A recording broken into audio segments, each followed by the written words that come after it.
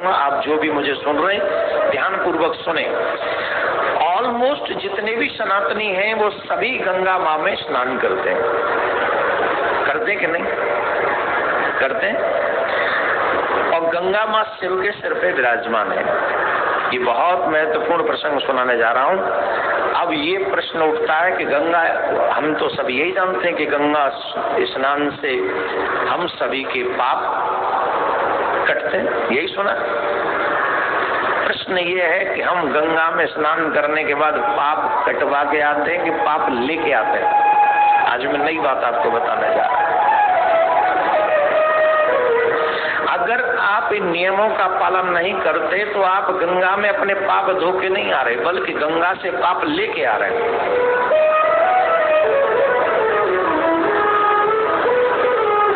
और मैं इतना कह सकता हूं कि निश्चित तौर पे इनमें से कुछ न कुछ अवगुण तो हम सभी कर बैठते हैं। और जो चीज मैं बताने जा रहा हूं उसमें से आप यकीन नहीं मानेंगे 99% लोग ये करके आते तो गंगा का कोई फल नहीं मिलता स्नान का। आज जब मैं कहीं सुन रहा था, पढ़ रहा था, तो मुझे लगा कि ये बात मुझे अपने सनातनियों को बतानी चाहिए, क्योंकि सनातनी ये गलती करते ही है। और ये गलती करने से अगर आप नहीं रुके तो आप कितनी भी गंगा नहा लो, शास्त्र ही तो कहते हैं गंगा में स्नान से पाप कटते हैं, तो वही शास्त्र ये भी कहते हैं कि ऐसा करते हो तो पाप लगते हैं। और यहाँ वो सब करके बैठे होंगे इनमें से, बताऊं कि नहीं? नहीं, रहने दो। देखो, पहले तो गंगा स्नान का पुण्य समझो, लाभ क्या है। गंगा स्नान करने से लाभ क्या मिलता है? तो गंगा स्नान का लाभ यह है कि जब मनुष्य अपने मन में ये धारणा करके जाता है कि मैं गंगा स्नान करने जा रहा हूँ, तो जितने कदम वो पैदल चलता है, एक एक कदम पे उसे राजसूय यज्ञ, उसे राजसूय यज्ञ का फल मिलता है, अश्वमेध यज्ञ का फल मिलता है। जितने कदम वो गंगा की तरफ नंगे पांव बढ़ाता है, उतने ही कदमों पे उसे अश्वमेध और राजसूय यज्ञ का फल मिलता है। तो कितना बड़ा महात्मा है, कितना बड़ा महात्मा है। लेकिन बात यह है, नंगे पांव जाए तो,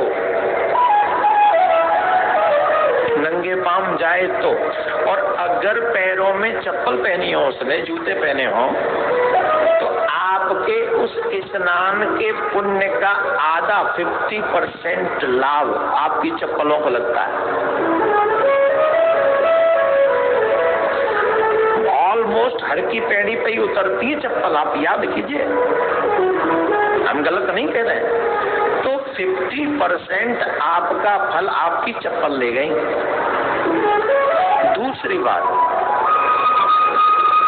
जो लोग गाड़ी में जाते हैं बैठकर, वाहनों में जाते हैं बैठकर, गंगा के तट तक बैठकर जाते हैं, 50% वो उसको गाड़ी को फल मिल जाता है आपका, क्योंकि आपको लेके वो गया, वाहन लेके गया।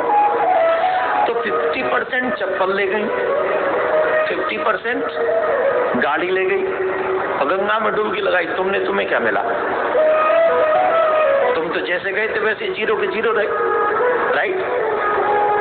तो फिर लाभ क्या हुआ? इसीलिए गंगा से कुछ दूरी पर अपने वाहन को छोड़ देना चाहिए और नंगे पांव वहां से गंगा में स्नान करने के लिए जाना चाहिए। और ऐसे ही नहीं जाना चाहिए, ऐसे ही नहीं जाना चाहिए। गंगा में आप जाएं, पहले पूजन करें, पूजन करके फिर आचमन करके संकल्प करके उस गंगा में चरण रखें। तो जिस समय आप गंगा में चरण रखते हो उस समय आप नारायण हो जाते हो। जब गंगा को आप अपने किसी पात्र में लेते हो उस समय आप ब्रह्मा हो जाते हो। और जब डुबकी लगाते हो, जब वो गंगा आपके सर पे आती है, तो उस समय आप विष्णु महेश हो जाते हैं। कितना बड़ा फल मिलता है गंगा के स्नान का। लेकिन एक और बात है, बड़े सावधानी पूर्वक सुनेंगे।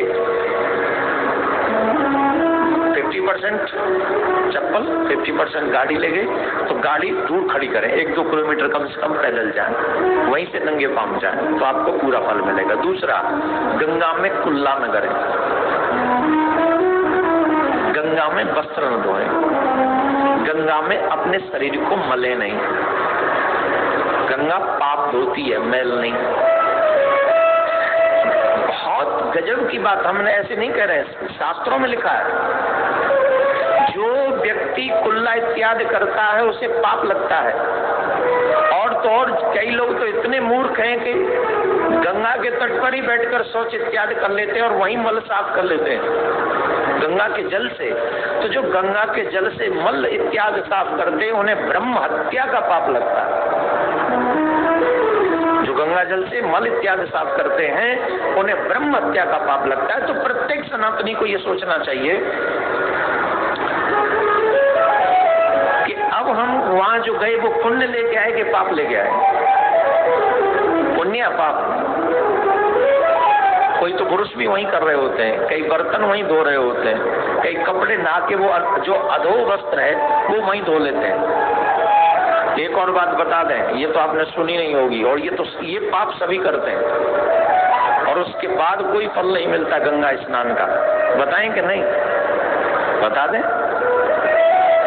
गंगा स्नान के बाद लोग अपने शरीर को टॉवल इत्यादि से पोंछते हैं कि नहीं पहुंचते हैं? ये तो सभी पहुंचते हैं। जो व्यक्ति गंगा स्नान के बाद अपने शरीर को टॉवल इत्यादि से पोंछ लेता है, जैसे ही पहुंचता है उसके सारे गंगा जल के स्नान का जो पुण्य वो समाप्त हो जाता है।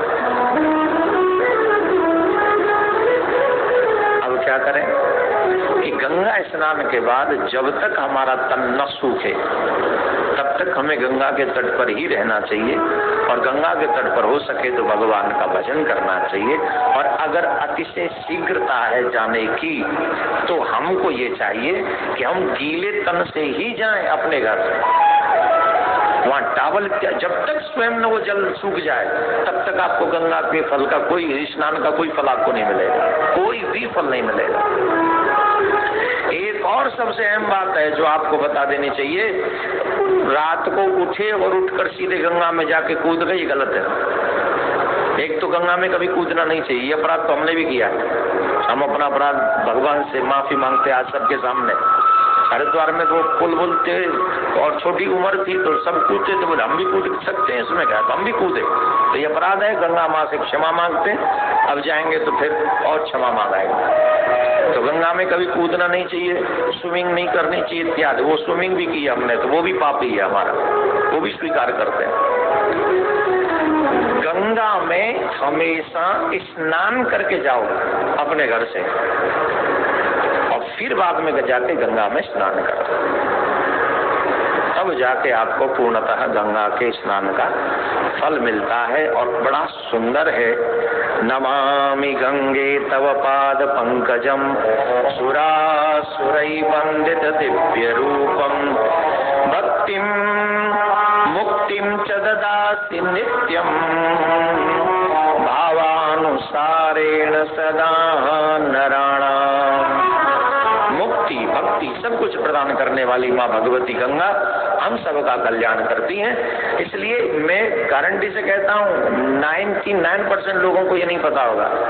इसलिए जब इसका वीडियो आप तक पहुंचे अथवा कथा जब आप सुन रहे तो ज्यादा से ज्यादा उन सनातनियों को जरूर